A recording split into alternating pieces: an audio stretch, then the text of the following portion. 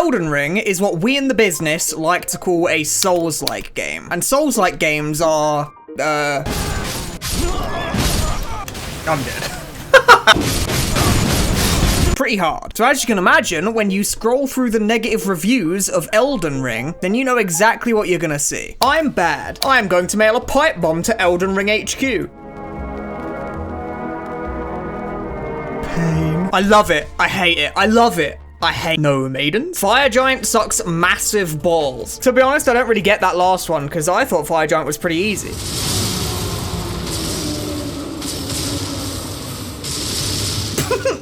What the fuck was that? I wasted money on this soy boy game. Remind me to never buy a JRPG again.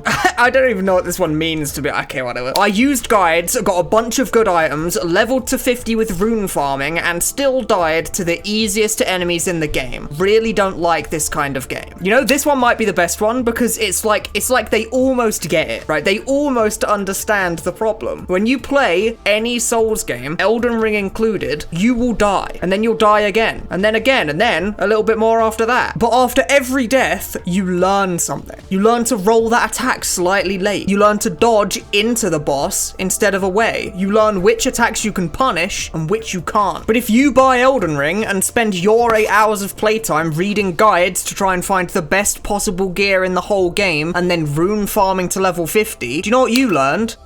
Absolutely fuck all. You learned nothing. You didn't improve, you didn't get better, you barely even played the game. And if you don't enjoy the general gameplay loop of a Souls game, that self-improvement of dying to a boss a bunch of times until you learn how to beat it, if you don't enjoy the incredible satisfaction that you feel after finally beating a boss you were stuck on for hours, then you just won't like Elden Ring. If you want to enjoy Elden Ring or any other Souls-like game, you need to approach it with the right attitude. You're not trying to outscale every boss until you can beat it, because most of the time that just won't work. You're trying to beat the boss with your skill, not your stats. Although sometimes there's a third option where you beat the boss with, you know, cheese.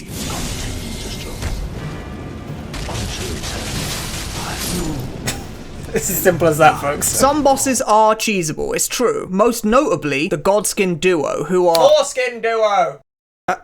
Okay, the foreskin duo, yeah, you can cheese the foreskin duo with sleep pots quite easily, actually. You can just sleep both of them and they won't get up for a very long time, so you can just full buff yourself and annihilate them one by one. But you have to mostly get good to kill bosses in Elden Ring. But there's more angry comments than that, and this one might just be my favorite scrub quote for any game that I've ever seen in my entire life. Just know, if I can't knock Margit the Fellowman off the bridge, then he shouldn't be able to knock me off the bridge. Cheaty mechanic.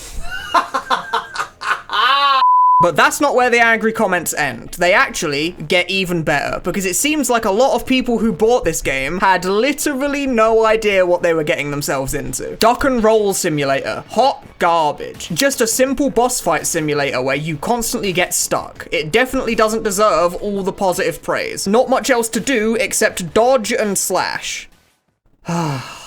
You know, it's one thing to complain about a game being hard, but having absolutely no idea what you're getting yourself into before buying a game and then complaining about it anyway is just a whole new level. Imagine buying a game that was made by FromSoft, that is in the Souls-like genre, playing it for less than an hour and a half, and then complaining about all the boss fights and the dodge rolling. Like, it's a Souls game. The entire selling point of the game is the boss fights and the dodge rolling. And Elden Ring is the best-selling Souls-like game ever made, and it won Game of the Year it came out. If you didn't know what this game was before buying it, it's really no one's fault but your own. And in a similar vein to that, there's also this one. The game mechanics formula to it are basically just loot and collect higher power gear to beat boss. Now this one here is special, right? Because this is just literally not how the game works. And the reason that this guy thinks that that's how it works is because of this. You can beat the entire game with only the gear that you started with, because rather than the later game weapons being stronger than the early game ones, the game instead opts to letting you upgrade your weapons with smithing stones to make that weapon stronger. So regardless of whether it's the sword you started the game with or the weapon you got from the final boss, if you fully upgrade the weapon with smithing stones, it's pretty much just as viable as any other weapon in the game. The prevalence of RPG loot mechanics in other games has made people just assume that every game works this way. Elden Ring's weapon upgrade system allows you to use basically any build you can possibly imagine and make it work. Obviously some are better than others, because that's just unavoidable, but you can make a build out of basically anything in the game and use it to beat the final boss. In fact, some builds that seem like they would be joke builds are actually exceptionally strong. Like these iron balls, they're a fist type weapon that you literally put over your hands like a boxing glove and punch people in the face with. But despite seeming really silly, it's actually one of the best weapons in the entire game, allowing you to do some absolutely obscene damage. Okay. And I can get this weapon basically instantly the moment I start the game. And it's not some legendary boss drop or anything either. In fact, you could argue that the power level of everything in Elden Ring is too high. Like, look at what I do to the final boss in this clip. What? There's no way that's legal, right? Like, that shouldn't be allowed. Like, the police are coming to my door as we speak, surely. To be honest, the only review I came across that I actually agreed with was bring Bloodborne to PC. Like, please, FromSoft, why is it not on PC? I want to play it, please, God.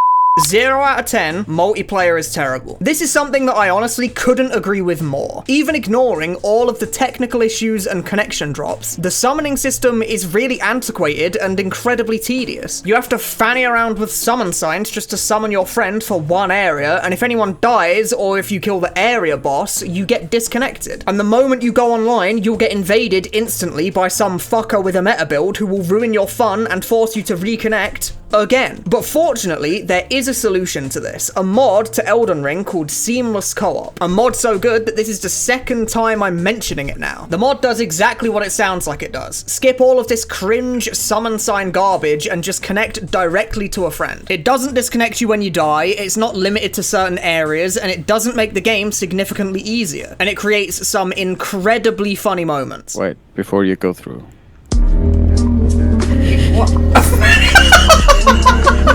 But if you thought we were done with the rage comments, then of course you thought wrong. Because there was one boss who was mentioned more than the others. Malenia is through dumbest, most broken boss ever. Biggest waste of 80 hours, don't buy. You know, Malenia could have been cool if she didn't have a nearly unavoidable first 6 slashes for her jump. I hate Malenia. Fuck Malenia. She smells like burnt cheddar. What does that one even mean, actually? What? I am Malenia, Blade of Miquella. I am Malenia, Blade of Miquella. I am Malenia, Blade of Miquella. I am Malenia, Blade of Miquella. And I have never known defeat. So let's talk about Malenia. This boss is brutal. She's incredibly fast, many of her attacks have very short telegraph animations. She dodges most projectiles thrown from afar, meaning most ranged cheese tactics just don't work out too well. She's easily the hardest boss in the entire game, and everyone who's encountered her knows it. And yet, despite all that, she's a very fair and honest boss.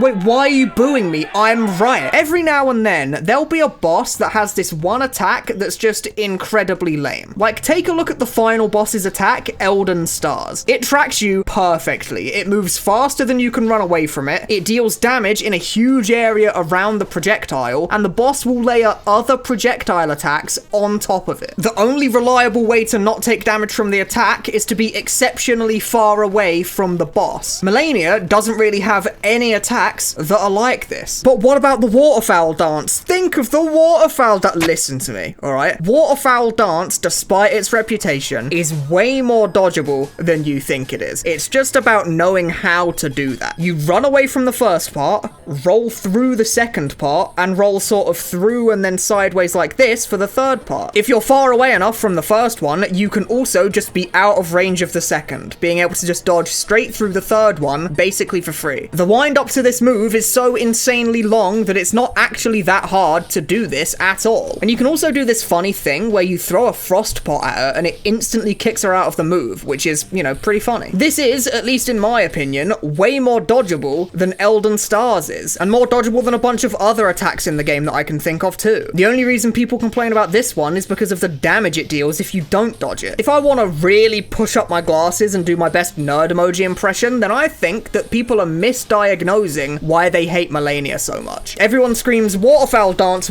dance, and also that one dumb flower ghost move or whatever, but this is not really what makes Malenia so difficult. The thing that makes Malenia hard is that she's punishing. More punishing than the rest of the bosses. If you make a small mistake against any other boss in the game, then you'll get punished for it, but your punishment is going to fit the crime. A small mistake means you get hit, but it's not game over. You need to make much bigger mistakes to actually die, or make many small mistakes over and over throughout the fight. But against Malenia, if you make a small mistake, she kills you instantly. Go for one extra greedy swing up close, waterfowl dance. Go for a long cast animation far away, waterfowl dance. Hell, even if she doesn't literally kill you off of your small mistake, she will heal back some of her HP for every hit she makes on you. So even if you survive her punishing your mistake, you've still just lost a ton of progress in the fight because of her healing. This is what people get so mad about against Malenia. It's how punishing she is to fight. It forces you to play the fight like you're trying to no-hit the boss, and if your build has a lot of slow attacks, then you only really have 1 or 2 real windows to actually attack her in. But the fight is not only possible, but it's a surprisingly honest fight. It's not bullshitting you with anything undodgeable or filling your screen with projectiles. It's just punishing you for your mistakes harder than any other boss does. And even if you're struggling this much with Malenia, enough to leave a negative review on Steam apparently, then you could always just use summons. If it doesn't hurt your pride too much, then this is the obvious way to kill Malenia. Black Knife Tish is especially disgusting for this fight. She deals more damage than you do and has a bunch of moves that throw Malenia straight onto her ass. In fact, in recording footage for this, I had a bunch of attempts without the summon where I died instantly, but the moment I tried the summon, I first tried the boss. So hey, Elden Ring really does have an easy mode after all. Okay, last one.